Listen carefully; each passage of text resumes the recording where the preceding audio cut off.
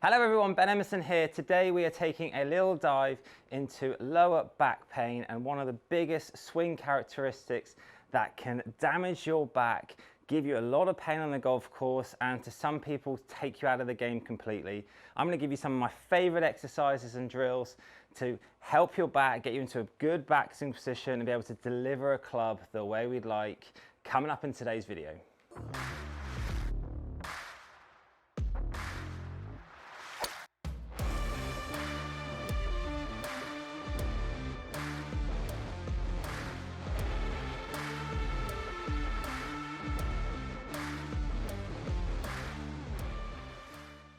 So this swing characteristic is called reverse spine angle. It is, like I've said, the #1 cause of back pain in golf. So how do we find it? How do we see if we're doing this position? What I want you to do is, with a camera or just get someone to film you or with some swing analysis software, is I want you to take your swing, record it and take it to the top of the backswing. What we should see at this position is our spine is tilted away from the target. If when we get to the top, we see this position where our spine is leaning towards the target, that is something that we call reverse spine. Now, this isn't to get confused with what we call reverse pivot. Reverse pivot is a weight shift problem.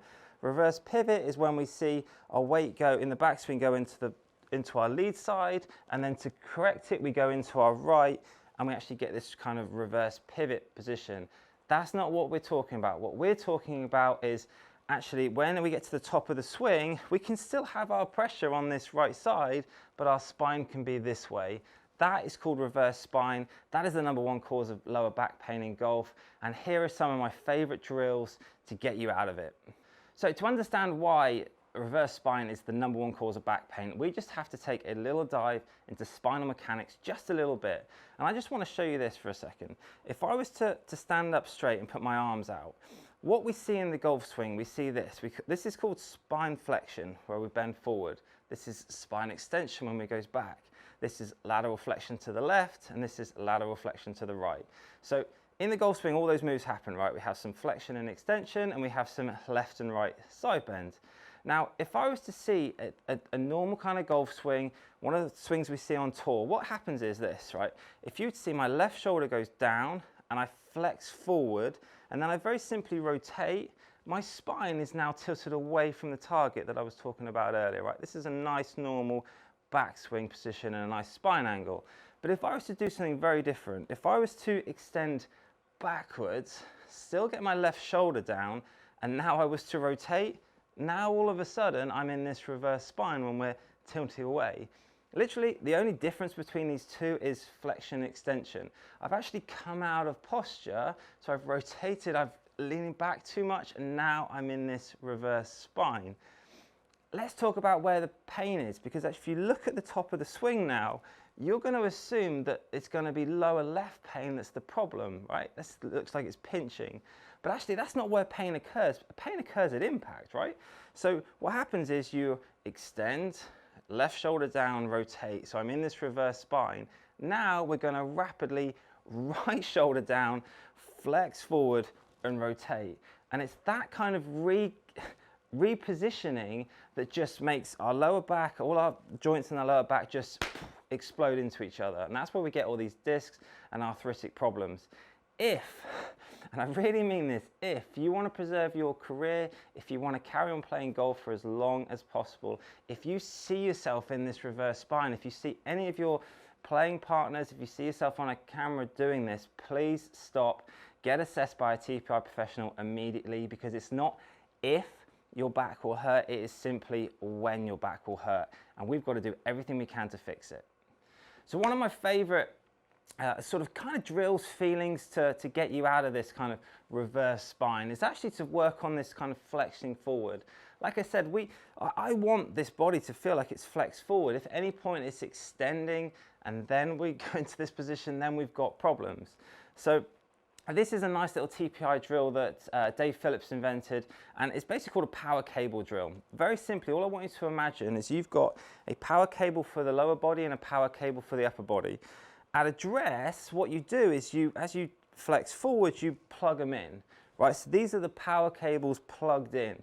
If when we turn into the backswing, those cables should stay plugged in. If we were to unplug and we were to go into this extension, if we were to go into this reverse spine, if we were to lose our posture, that is in essence a power leak in the golf swing.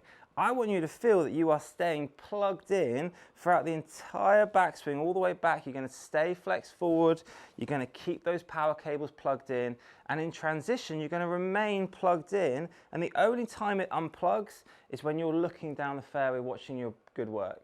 So that's a nice kind of feeling understanding of staying plugged in, keeping plugged in throughout the entire swing. That's the power cable drill. So a really nice drill to do for this is called a change of direction drill. And very simply, all I want you to do in your golf swing is feel like when you get that lead arm parallel with the ground, you're going to change direction and you're going to swing through. Okay, so you're not going to allow yourself to get your hands really high. You're not going to allow yourself to turn too much. You're going to feel this is a really short, compact golf swing. But what I want you to try and do is when that lead arm is parallel, you're going to stop, you're going to change direction, the lower body's going to initiate, it's going to start, and you're going to plow through, and you're going to feel like it's a really powerful move with your lower body to get you to the finish line. But you are not going to allow yourself to turn so far that you'll then keep turning and you go into this reverse spine.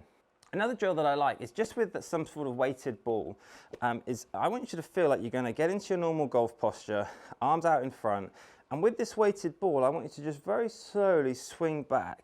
I want you to imagine there's some form of fence here, and I want you to feel that you're reaching over that fence and you're just going to simply drop the ball.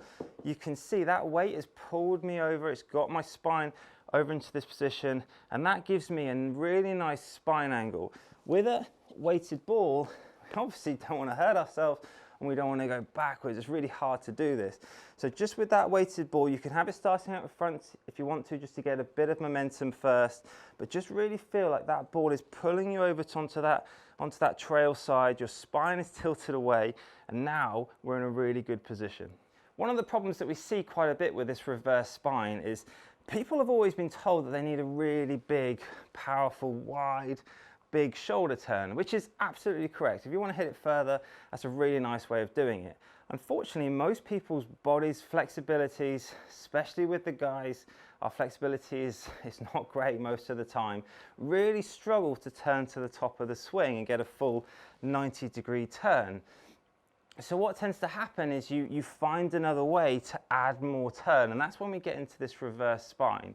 So what I want you to try and do with this drill is feel like you're going to try and get this club moving first, and it's going to feel like it's going to go nice and wide out.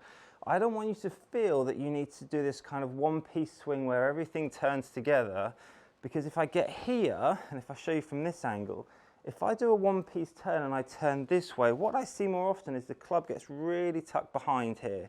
You've already done a 90-degree turn far too early and the club's still here. So now we either have to pick our arms up, which we see quite a bit, or we go into that reverse spine by going that way to try and feel like we still need to get that club to go further back. So what I want you to try and do in this position is actually feel like the club is going nice and wide, it's going to go really far away from you, it's going to start first, and it's going to feel like it's got the furthest to go, so as it gets to the top here, we haven't created a full turn until the club is about here. So often I see as well, if we were to look at our lower body for a second, the lower body can cause some huge problems in the golf swing if we struggle with some mobility in there, if we struggle to turn, right? So a nice way to kind of do it is feel like if I've got really tight hips, if I really struggle to turn into that trail side, for me that's my right side. If I'm struggling with this, my spine and my upper body kind of take over. So I like this feeling that actually, let's get a bigger hip turn to start with. So actually really focus on this hip here going backwards. We're going to let the leg drop back slightly and actually still feel like we've got this nice wide takeaway, but I'm trying to exaggerate this hip turn. The more I can rotate it back, the easier it is just to stay level, to keep our upper body turning to 90 degrees and keep that club nice and wide. And now all of a sudden, I'm not in this reverse spine. If you really struggle with that to actually get a bigger kind of rotation, well, there's a couple of ways you can help with that. One, you can just drop your right foot back, right? We see this all the time. get to this kind of position. And actually, if this was 0 degrees to the target, if I was to drop my hip back, my right foot back kind of 20 degrees, I've just given myself 20 degrees more rotation. The issue that I do see with this though, and something to be aware of, is now all of a sudden my alignment feels off. I feel like I'm out to the right. So I've just got to be aware of that when I'm actually practicing. The other thing that you can do is, instead of actually feeling like you're dropping that right foot back, is let's just flare that right foot out. So if I was just to get into this position here, if I was to flare that right foot out, I've actually just given myself, I've opened my hips up, I've given myself more rotation. So as you swing back, I now want to feel like I've got kind of bare feet, my feet are sort of spread out, and actually it's now easier for me to rotate left and right and get into some good positions. The final thing I want you to have a look at is how high our hips are going in the backswing and downswing. So if I was to stand really tall for a second, and if I was to just have a line like this with my club, this is kind of 0 degrees with the floor. This is my pelvis kind of parallel. If when I go into my backswing, we should have, if we've got a nice weight shift, our trail hip goes up slightly. It goes up about 10 degrees. If we weight shift properly going back, we get the opposite. We get 10 degrees going up. Well, the issue that we see more and often though is actually it's not 10 degrees. That right hip goes to kind of 20, 25 this way. And as that hip goes up, it's now really hard for us to rotate over this side. So all of a sudden, as that right hip goes up, it's easier for my spine to go the other way. So what we try and do is actually feel that, focused on this right hip slightly, and actually just make sure they're level to start with. If you feel like you're going really into this excessive kind of high hip, just bump your hips forward ever so slightly so they're not 0, they're kind of a few degrees onto our left side, and really focus on, instead of going up this way, we're actually going to open our hips, we're going to rotate, and the club is going to go wide and follow. Guys, I hope you enjoyed that video. Please give it a thumbs up. Please share it with any friends that are complaining about lower back pain. They really need to see it. If you are a golfer that has got lower back pain, please stop. Go and find a certified TPI professional to give you a full body screen to find out if it's the body that's the problem or if it's just a swing technique issue that you just need to kind of fix with your coach. Try these drills. I hope they really help. Please subscribe to this channel if you've not, because there's loads of good stuff coming in the future, and I look forward to seeing you on the next video.